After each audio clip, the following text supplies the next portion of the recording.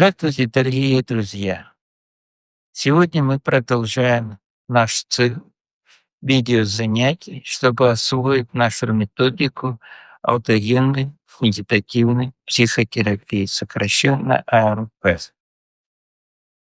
Наша задача в течение нескольких уроков дать возможность освоить эту методику для того, чтобы каждый мог стать целителем для самого себя. Сегодня это возможно. Мы работали над этой методикой 20 лет, но постараемся сократиться до нескольких видеоуроков. Если будут вопросы, мы будем отвечать на них, чтобы уточнить некоторые детали. А каждый этап освоения этой методики — это были не теоретические занятия, а прежде всего опытным путем мы осваивали некоторые аспекты целительства больных. И наша была задача, в конце концов, создать методику, которая позволила бы стать каждому человеку целителем по отношению к себе или соблюдать те определенные правила, которые позволяют сохранить наше здоровье.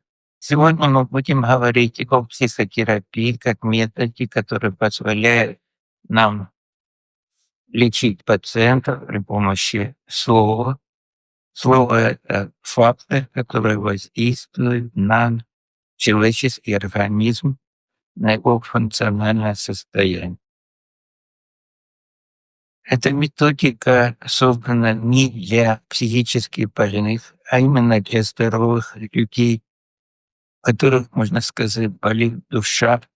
Это не только наши разработки, это разработки и зарубежных исследователей. Я могу привести Виктора Франкла, который прошел концлагерь, и методика,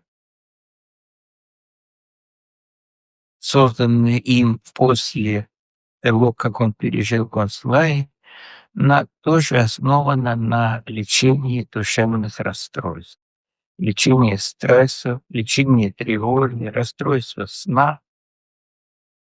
Поэтому не только Франкл и другие исследователи работали над созданием психотерапевтической методики, которая бы позволила лечить пациентов или рациональной психотерапией, то есть объяснять поведение в определенных ситуациях, или при помощи внушения или гипноза. Было создано довольно много книг, которые позволили нам ориентироваться в создании своей методики, в то же время мы могли это испытывать на практике. Если у нас болит зуб, мы идем к стоматологу. Если у нас болит душа, мы идем к психотерапевту. Психотерапия — это методика, которая позволяет нам исцелять не психические, именно душевные расстройства, возникающие в результате стресса, в результате переживаний, в результате неправильного образа жизни и многих других причин. К большому сожалению, сегодня мы можем привести пример, что многие люди находятся в состоянии не только стресса, но и дистресса. Дистресс — это повторяющийся стресс, который оказывает влияние не только на нервную систему, но оказывает влияние и на нашу соматику. То есть иногда повышение давления, сердцебиение, потливость, нарушение сна связаны прежде всего с состоянием и стресса, состоянием тревоги. Так как наша страна находится в состоянии войны, мы постоянно слышим тревоги. Это, конечно, вызывает нервное напряжение, которое оказывает на наше и соматическое состояние. И наша главная задача — дать возможность каждому человеку овладеть методикой, которая бы позволила быть спокойным в состоянии стресса и в состоянии дистресса.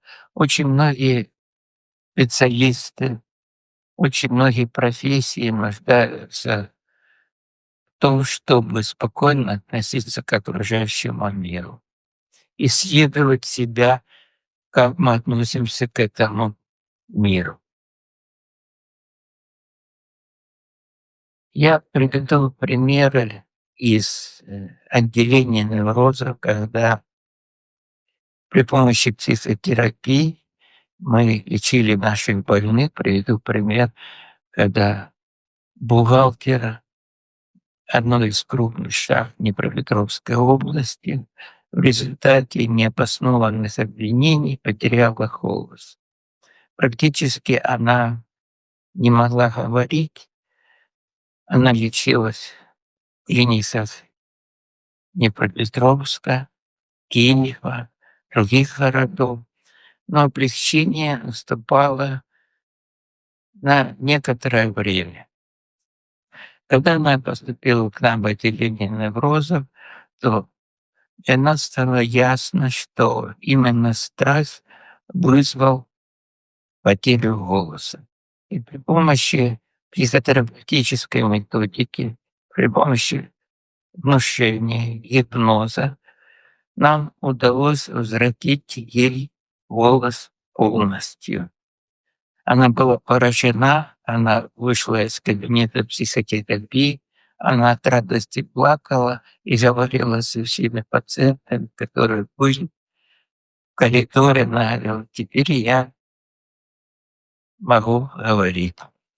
Прошло несколько месяцев, у нас был контрольный осмотр, и наше лечение принесло успех.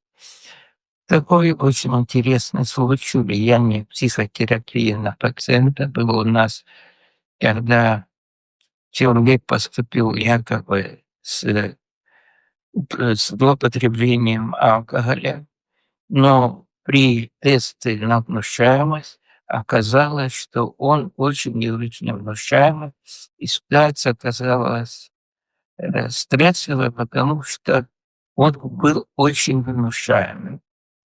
И у них в семье все время были недоразумения. Жена вела довольно вольготный образ жизни, и когда она приходила домой, она говорила: «Это задержка на работе», это, ну, придумывала разные причины, так как у нее была почти стопроцентная внушаемость.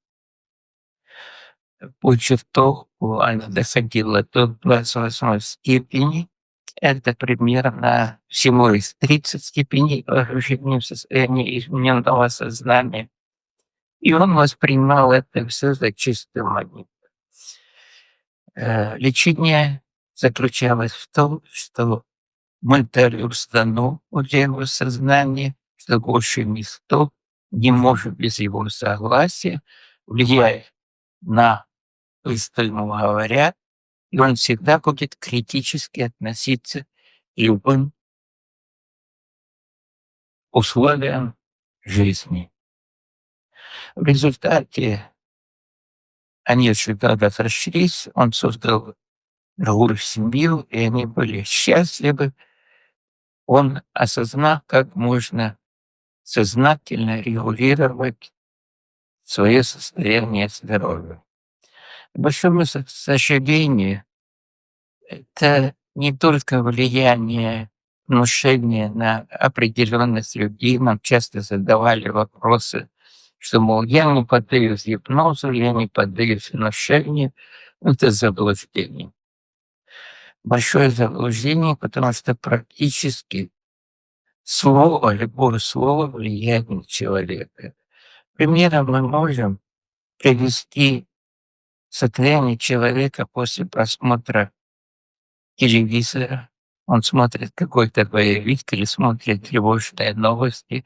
У него увеличивается количество сердцебиений, у него появляется тревога, у него появляется потливость, потому что наш организм устроен так, что мы воспринимаем окружающий мир через зрение, это 90%, 8–10% — это то, что мы слышим.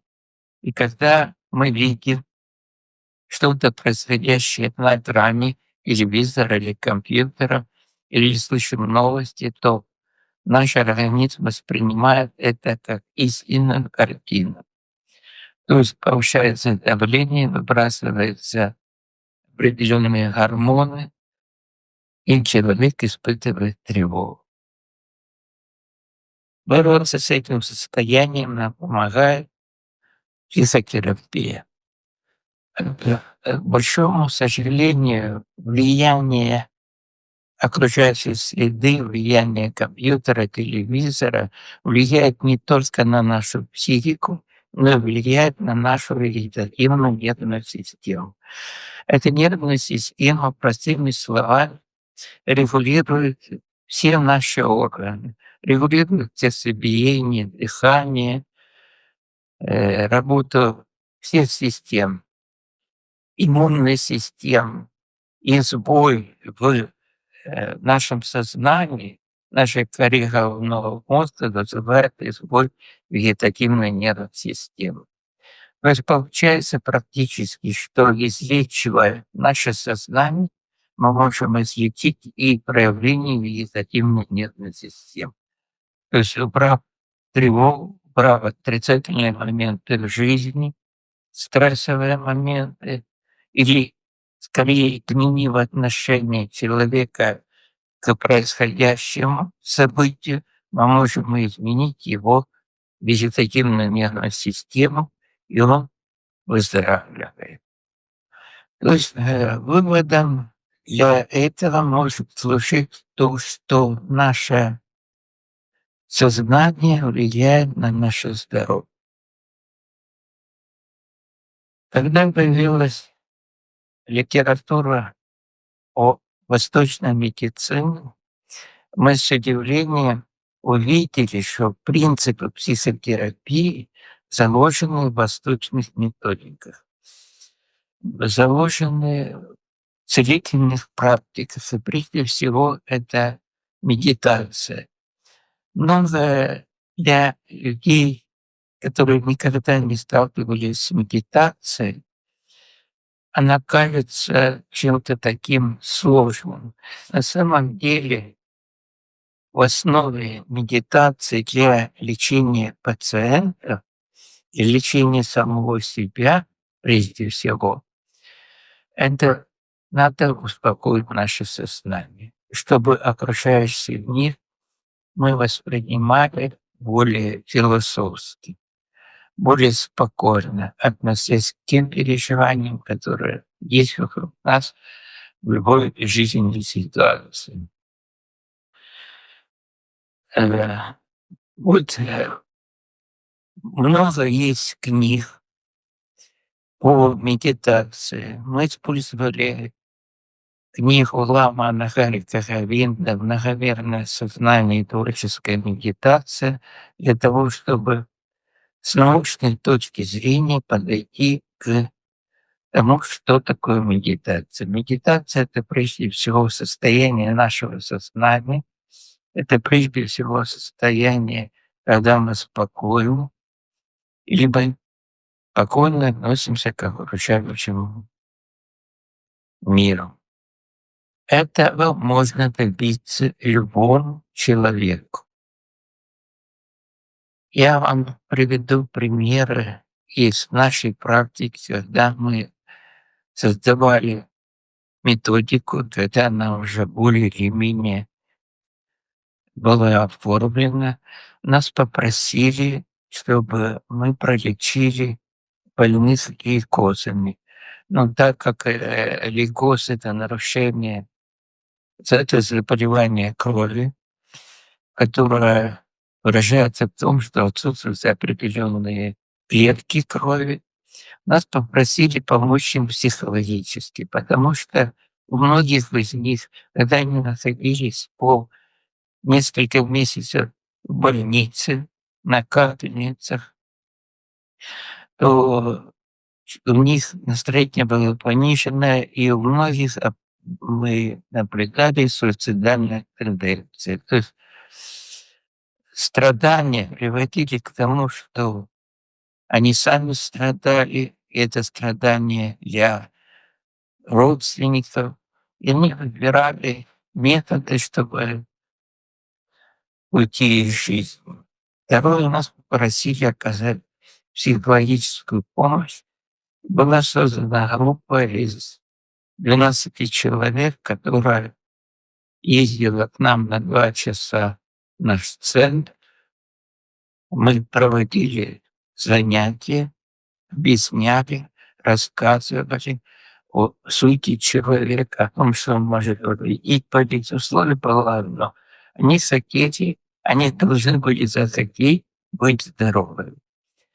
В то время с нами работала врач, которая иммунолог, гематолог, которая взяла исследование клеток крови до и после лечения. Она была поражена на то, что появились клетки крови, которые не должны были быть, потому что при заболевании лейкозами нарушена как раз функция образования новых клеток. После этого мы работали с чернобыльцами, ветеранами психотерапии, которая была основана на нашей методике, и везде мы получали положительный результат. Более подробно о медитации я расскажу в следующем видео. Но сразу могу сказать, что основным условием и в восточной медицине, и в нашей методике было то, что человек должен захотеть быть здоровым. Это условие для того, чтобы быть здоровым. Будьте здоровы. Вы должны захотеть быть здоровым. До свидания, до следующих встреч.